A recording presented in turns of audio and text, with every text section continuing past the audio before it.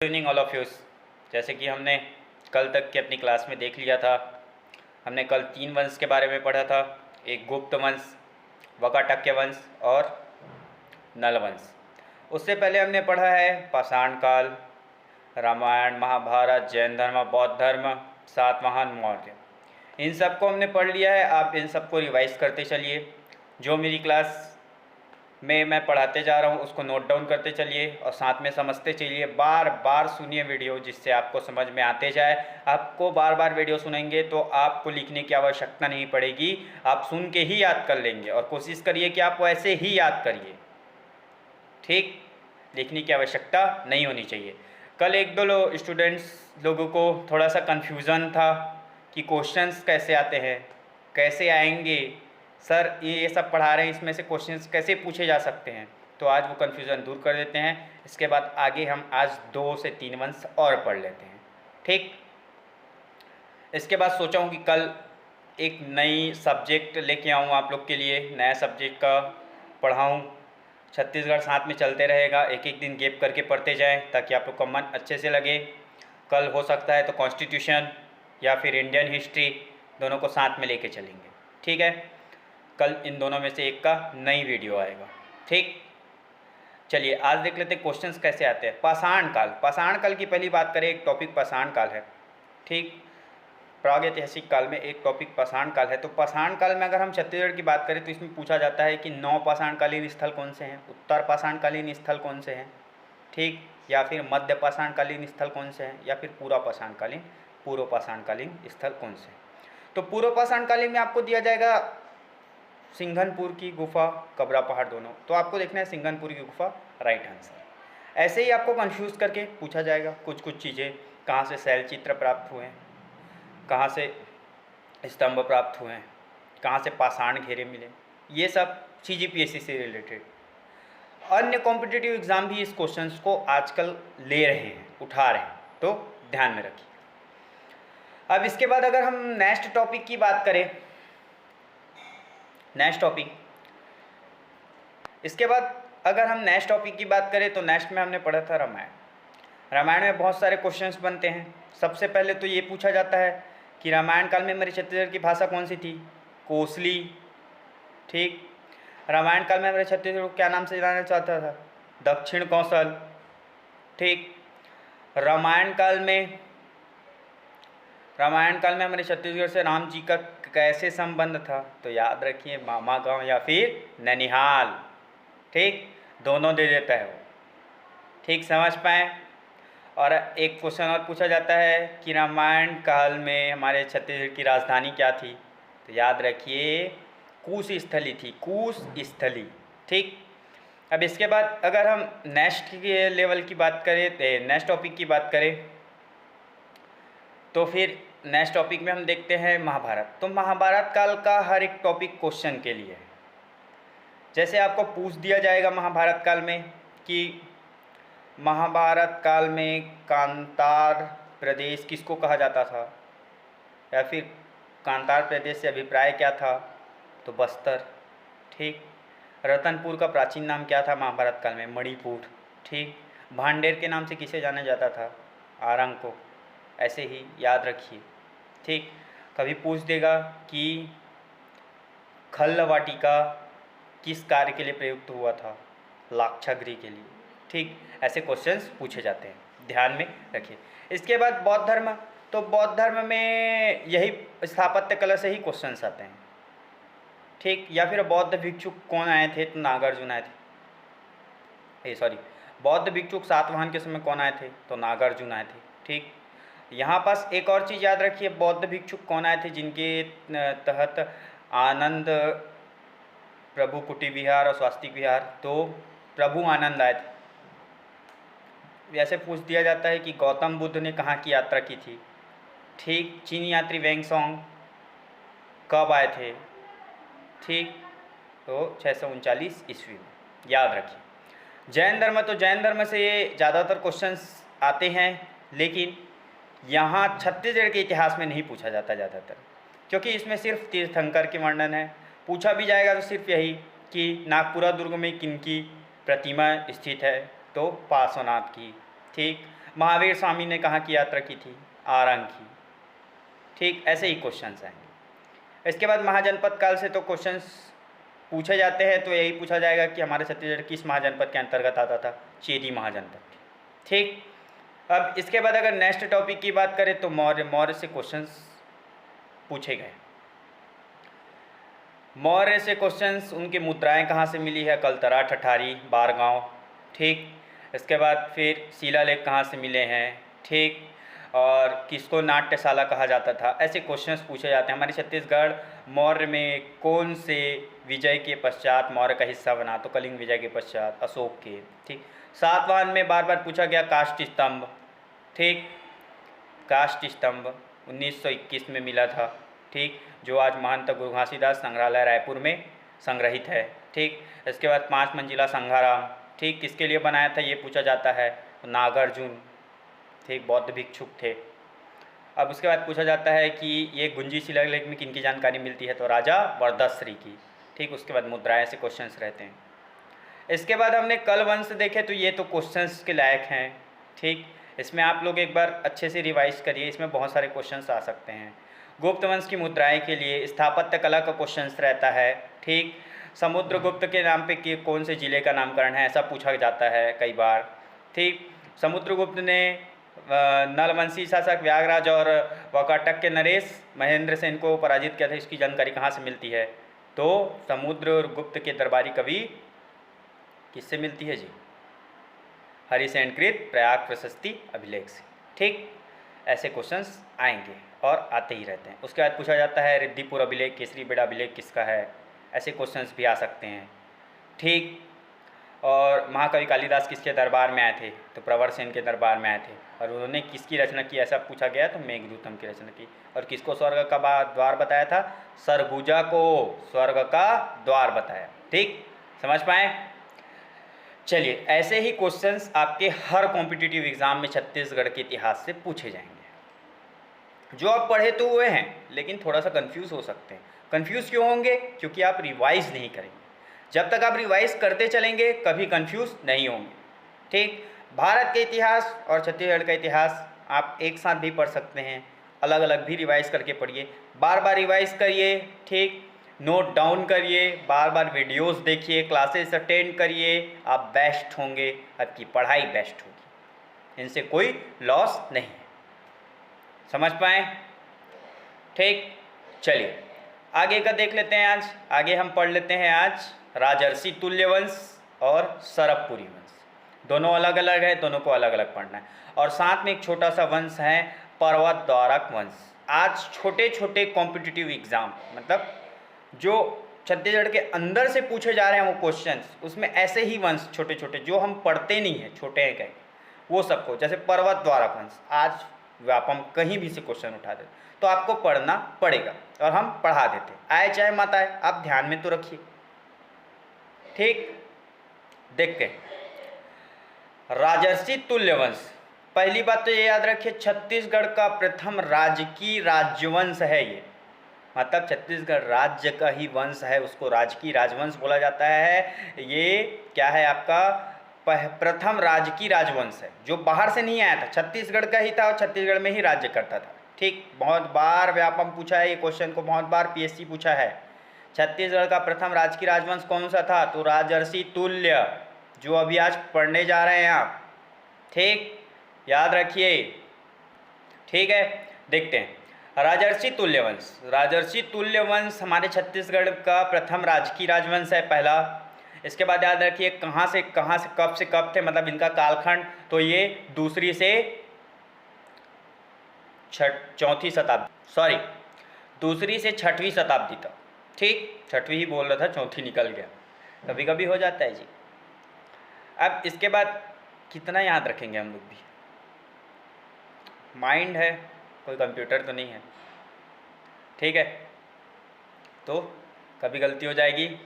अगर आपको गलत लगता है टॉपिक सुधारिए, हमको बताइए, हमसे चर्चा कीजिए। ठीक,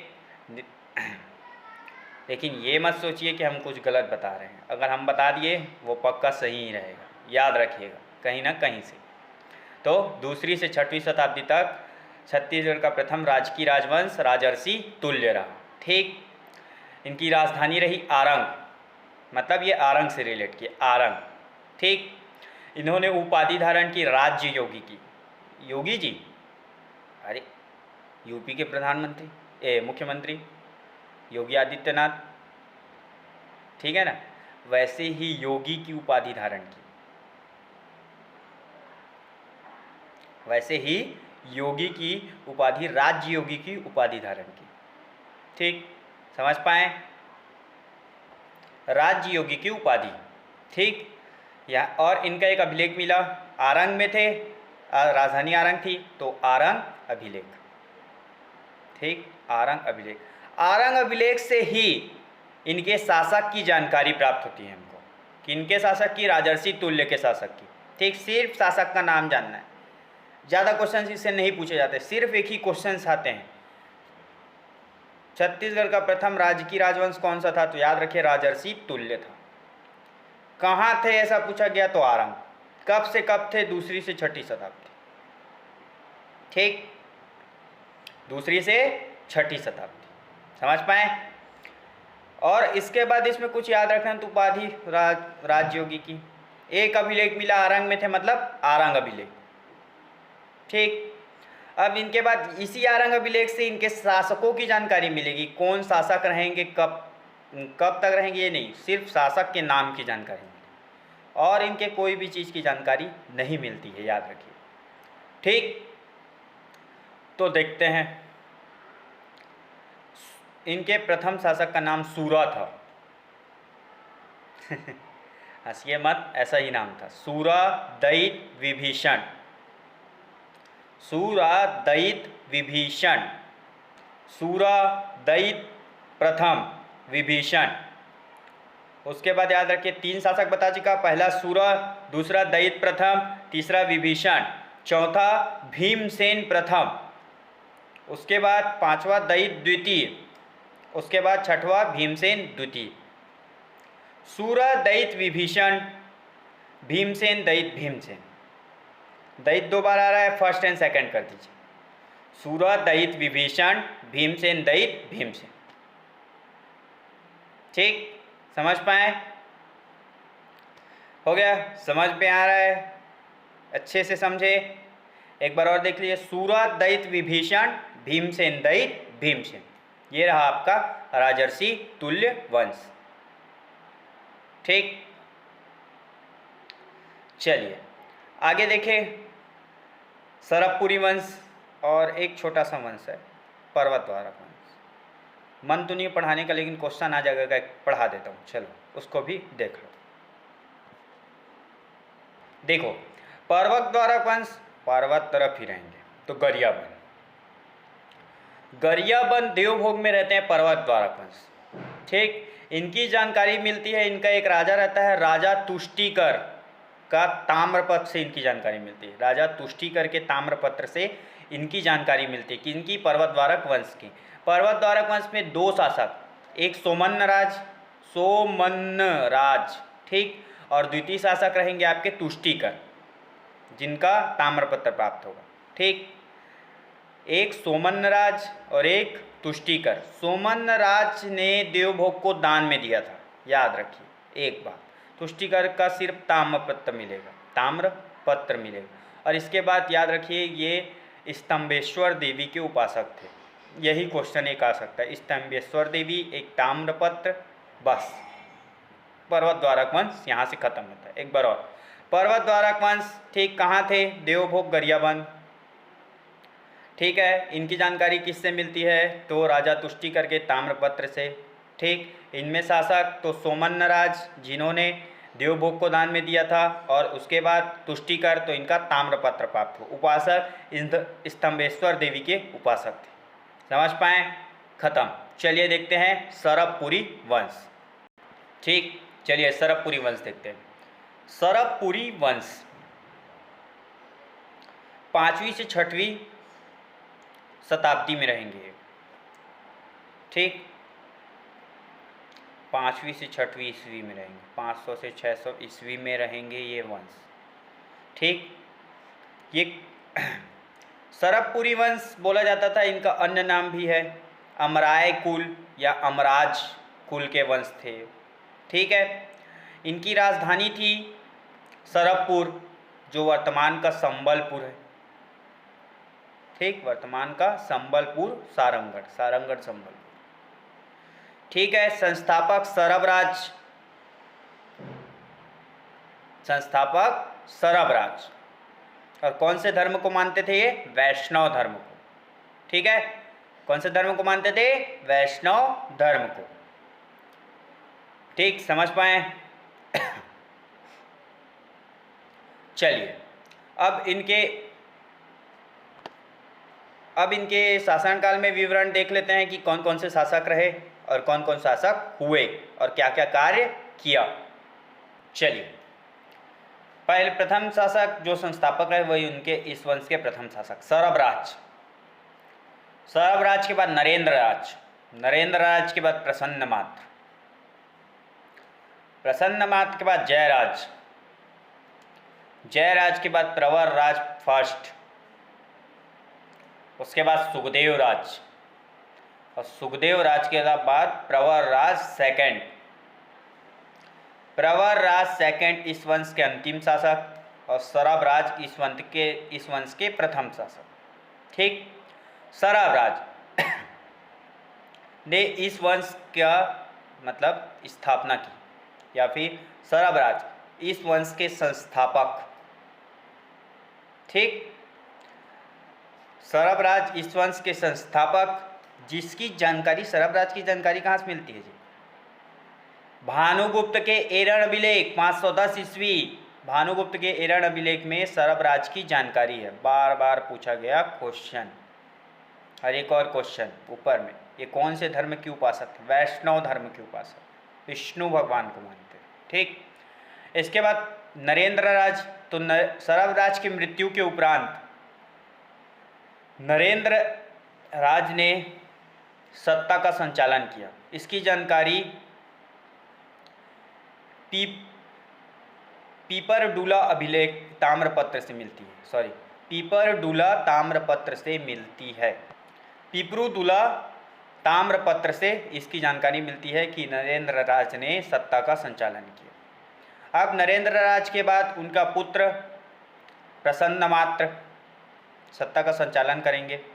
तो इन्होंने सर्वप्रथम, अभी तक राजधानी कहाँ चलते आ रही है? सरभपुर। ठीक, सरभपुर राजधानी चलते आ रही है। अब इसके बाद प्रसन्नमात्र आएंगे। प्रसन्नमात्र लीलागढ़ नदी का नाम है जी, जिसका प्राचीन नाम था। प्रसन्नमात्र निडिला नदी के किनारे प्रसन्नपुर शहर की स्थापना करेंगे। अब यहाँ से एक बात अच्छे से सुनिए, प्रसन्नमात्र निडिला नदी मतलब निडिला लीलागढ़ नदी के किनारे प्रसन्नपुर यानी मल्हार, जो आज का मल्हार है, उसकी स्थापना करेंगे और अपनी राजधानी प्रसन्नपुर, अपनी राजधानी किसको बना लेंगे? प्रसन्नपुर को, यानी मल्हार को। ठीक, समझ पाए? अब इसके बाद जयराज। ठीक, अब इसके बाद जयराज, तो जयराज प्रसन्नमात्र का पुत्र था। ठीक। मल्हार जो शिलालेख मिला हमको प्रसन्नमात्र का मल्हार शिलालेख मिलेगा। उस शिलालेख के अनुसार जो जयराज है, इसने अभी वर्तमान का जो दुर्ग शहर है उसकी स्थापना की थी, और इनका एक नाम दुर्गराज भी है। ठीक, जयराज ने दुर्ग शहर की स्थापना की थी और इनका एक नाम दुर्गराज भी है। ठीक, इसकी जानकारी मल्हार शिलालेख या ताम्रपत्र से मिलती है। ठीक, समझ पाए? ताम्रपत्र, सॉरी शिलालेख नहीं।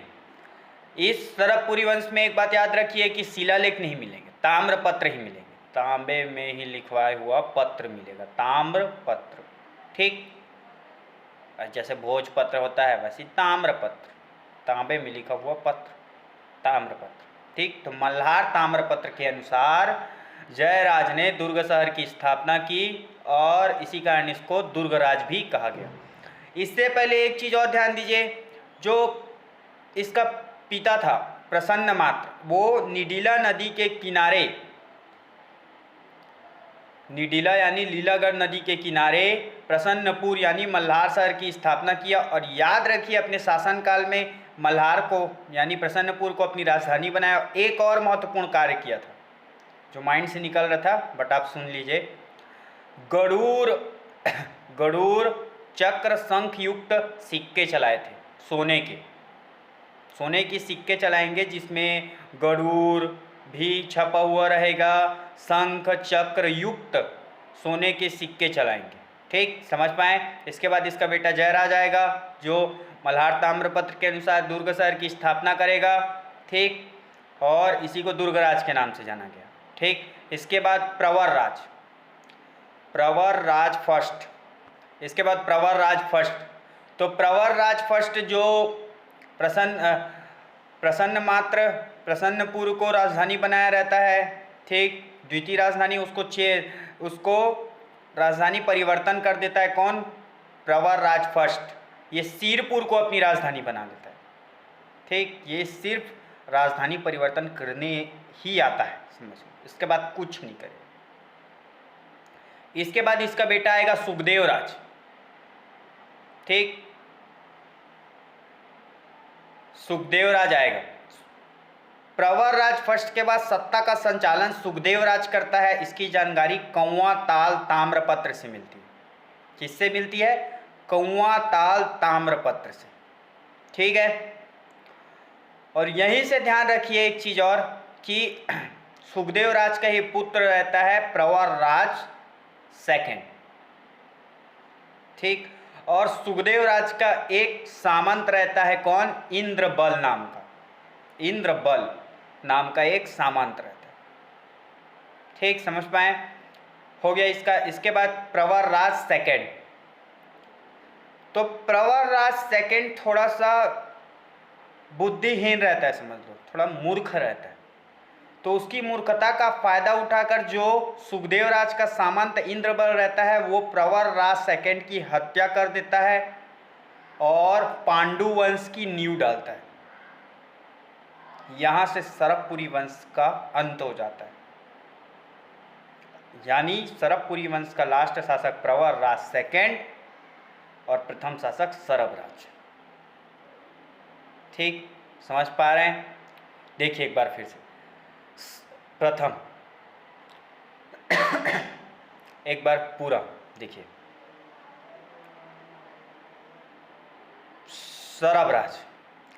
सरबराज सरबपुरी वंश का संस्थापक, जिसकी जानकारी भानुगुप्त के एरण अभिलेख से मिलती है। इसके बाद नरेंद्र राज सत्ता का संचालन करेगा, जिसकी जानकारी पिपरुदुला अभिलेख ताम्रपत्र से मिलेगी। पिपरुदुला ताम्रपत्र से, अभिलेख ताम्रपत्र में थोड़ा कन्फ्यूजन हो जाता है। ठीक, पिपरुदुला ताम्रपत्र से मिलेगी। इसके बाद जो आएंगे नरेंद्र राज के बाद प्रसन्न मात्र निडिला नदी के किनारे प्रसन्नपुर शहर बसाएगा। ठीक, निडिला नदी यानी लीलागढ़ नदी के किनारे प्रसन्नपुर यानी आज का मल्हार शहर बसाएगा और गरुड़ चक्र शंख युक्त सोने के सिक्के चलाएगा। ठीक, इसका पुत्र रहता है जयराज। ठीक, जयराज दुर्ग शहर बसाता है और दुर्गराज कहलाता है। इसकी जानकारी मल्हार ताम्रपत्र से मिलती है। ठीक है, अब इसका जयराज का पुत्र रहता है कौन? प्रवर राज फर्स्ट। ठीक, यहीं पास एक चीज और जो हम भूल रहे हैं उसको भी देख लेते हैं। जो प्रसन्न मात्र रहता है वो प्रसन्नपुर शहर बसाता है और अपनी राजधानी सरबपुर पहली रहती है उसको परिवर्तन करके प्रसन्नपुर करता है। ठीक, अब प्रवर राज जो फर्स्ट आएगा वो प्रसन्नपुर को हटा के क्या करेगा? सिरपुर करेगा अपनी राजधानी। ठीक, अब इसके बाद सुखदेव राज इसका पुत्र रहता है, ये सत्ता का संचालन करता है। इसका सामंत रहता है इंद्रबल, है ना। ठीक, और इसकी जानकारी कहाँ से मिलती है हमको? कौवा ताल ताम्रपत्र से। ठीक, अब इसके बाद इसका पुत्र रहता है प्रवर राज सेकंड। प्रवर राज सेकंड थोड़ा मूर्ख, थोड़ा बुद्धिहीन रहता है, तो उसके इस कमजोरी का फायदा उठा के जो सामंत रहता है इंद्रबल, वो प्रवरराज सेकंड की हत्या कर देता है, ठीक, और पांडु वंश की नींव डालता है। इस यहाँ से सरबपुरी वंश का अंत हो जाता है। 3 राजधानी, सरबराज बनाएंगे सरबपुर को पहली राजधानी। उसके बाद फिर प्रसन्न मात्र बनाएंगे प्रसन्नपुर को या फिर मल्हार। उसके बाद प्रवरराज फर्स्ट बनाएंगे सिरपुर को, ठीक। एकमात्र शासक सोने का सिक्का चलाएगा कौन? प्रसन्न मात्र। कैसा सोने का सिक्का? गरुड़ शंख चक्र युक्त सोने का सिक्का, ठीक। वैष्णव धर्म के उपासक रहेंगे, इनको अमार्य कुल या फिर अमरज कुल भी कहा जाता है, ठीक। यहाँ से आपका सरबपुरी वंश भी खत्म हो जाता है। समझ पाए? अब इसके बाद कल हम नए सब्जेक्ट देखेंगे या फिर इसी का आगे देखेंगे। अपने घर में रहिए, अच्छे से पढ़िए, जो पढ़ाता हूँ उसको नोट डाउन करिए, पहले 2 बार सुनिए, उसके बाद खुद में खुद आपके दिमाग में आएगा कौन सा वंश कैसे आ रहा है, कौन सा वंश किसी के बाद आ रहा है। कुछ वीडियो में अगर त्रुटि हो जाती है, कभी कोई चीज़ मैं चेंज करवा देता हूँ जो पहले बोला रहता हूँ उसको, तो उसके लिए सॉरी। बट कभी कभी क्या है, हमारी वाणी भी क्या हो जाती है, परिवर्तित हो जाती है जी, एक की जगह दूसरा वर्ड निकल जाता है, तो उसमें हमको भी क्या करने हैं, आपको माफ़ करना है थोड़ी सी त्रुटि को। इसके बाद घर में रहिए, अच्छे से पढ़ते रहिए और अपने गोल पे ध्यान दीजिए। आपको आगे क्या बनना है, कौन सा जॉब चाहिए, उसके लिए पढ़ाई ऑन रखिए। ऐसा मत सोचिए कि अभी लॉकडाउन है तो हम नहीं पढ़िए, ये लॉकडाउन का ही समय आपका गोल्डन चाम है, याद रखिए, ठीक। पढ़ते रहिए, ठीक। घर में रहें, अभी कोरोना वायरस के कारण घर से बाहर ना जाएं, ठीक। वैश्विक महामारी है, पूरे देश में फैली हुई है, पूरे विश्व में फैली हुई है, तो ध्यान रखिए, घर में रहें, सुरक्षित रहें, स्वस्थ रहें। धन्यवाद। आगे की क्लास हम कल लेंगे, ठीक। कल या फिर नई सब्जेक्ट या फिर इसी को हम कंटिन्यू करेंगे। धन्यवाद, thank you and good luck.